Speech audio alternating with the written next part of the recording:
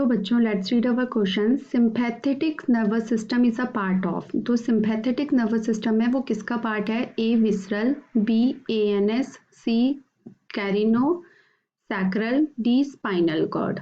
तो हमारा यहाँ जो की कंसेप्ट हो जाएगा वो क्या हो जाएगा? Nervous system. नर्वस सिस्टम जो होता है दो भागों में इसको डिवाइड किया गया है। एक होता है सेंट्रल नर्वस सिस्टम जिसको कि बोला जाता है सीएनएस। दूसरा होता है पेरिफेरल नर्वस सिस्टम जिसको कि बोला जाता है पीएनएस। ठीक है। अब जो सेंट्रल नर्वस सिस्टम है इसमें हमारे कौन सा ब्रेन और स्पाइनल कॉर्ड से मिलकर ये बनता है।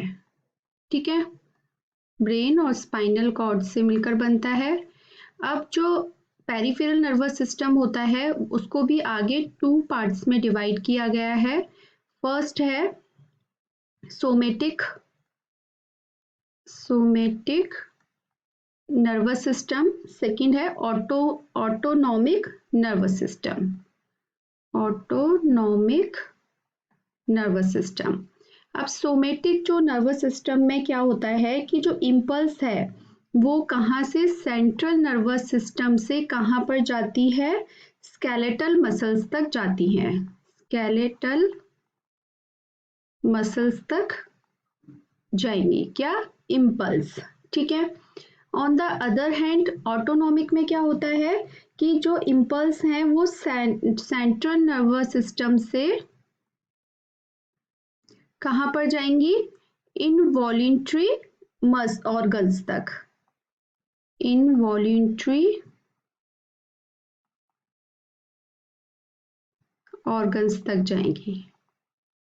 ठीक है। तो हम यहाँ बात करते हैं अपने जो ऑटोमेटिक नर्वस सिस्टम है इसको भी आगे जो डिवाइड किया गया है किसमें? सिंपैथेटिक और पैरासिम्पैथेटिक में डिवाइड किया गया है। ऑटोनॉमिक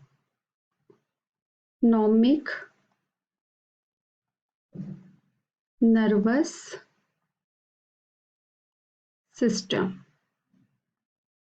ठीक है, इसको विसरल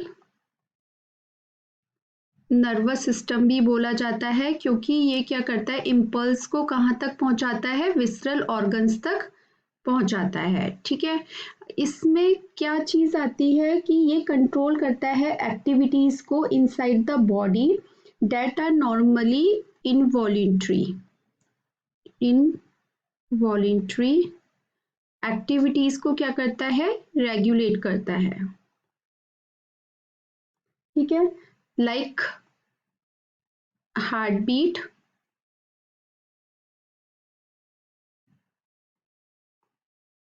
स्वेटिंग, ये सारी जो इनवॉलेंट्री एक्टिविटीज है उसमें ये ऑटोनॉमिक नर्वस सिस्टम जो होता है वो इन्वॉल्व होता है।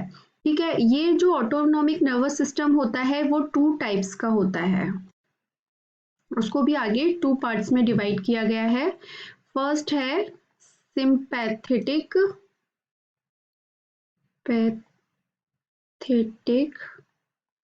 And parasympathetic.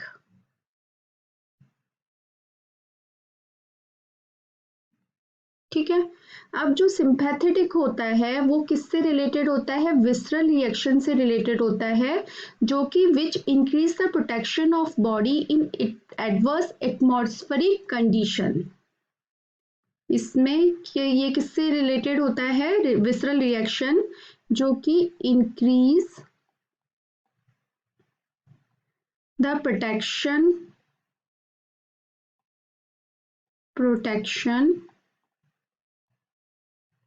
of body in adverse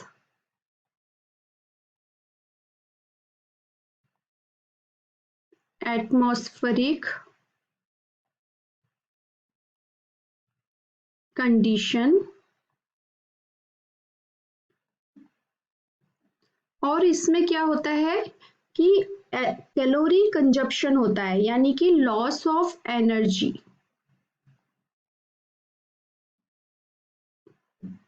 ठीक है।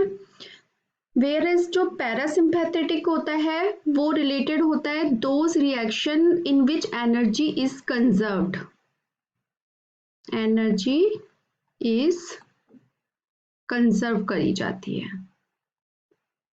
ठीक है, रेस्ट वाली जो फेज होती है उसमें पैरासिम्पैथेटिक जो होता है वो इन्वॉल्व होता है। तो अब ये जो दोनों, in this way autonomic nervous system control the activities of visceral organ double sided, यानी कि ये जो होते हैं आपस में antagonistic to each other, antagonistic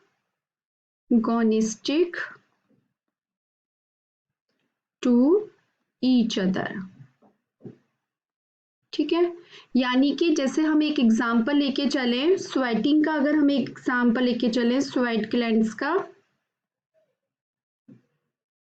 तो जो सिंपैथेटिक नर्वस सिस्टम होता है वो स्टिमुलेट करता है, स्टिमुलेट, जबकि जो पैरासिम्पैथेटिक होता है, पैरा एंड सिंपैथेटिक, ठीक है, जो पैरासिम्पैथेटिक होगा वो क्या करेगा, इनिबिट करेगा, inhibit the secretion of sweat, secretion of sweat.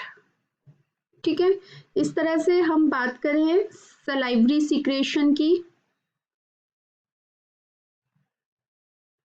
Salivary secretion की अगर हम बात करें तो जो सिंपैथेटिक होता है वो इनिबिट करता है और जो पैरासिम्पैथेटिक होता है वो स्टिमुलेट करता है, stimulate the secretion of, the secretion of para, secretion of saliva. तो ये आपस में एक दूसरे के क्या करते हैं, एंटागोनिस्टिक भी बिहेव करते हैं। ठीक है, तो ये कौन सा है, सिंपैथेटिक, और ये है पैरासिम्पैथेटिक।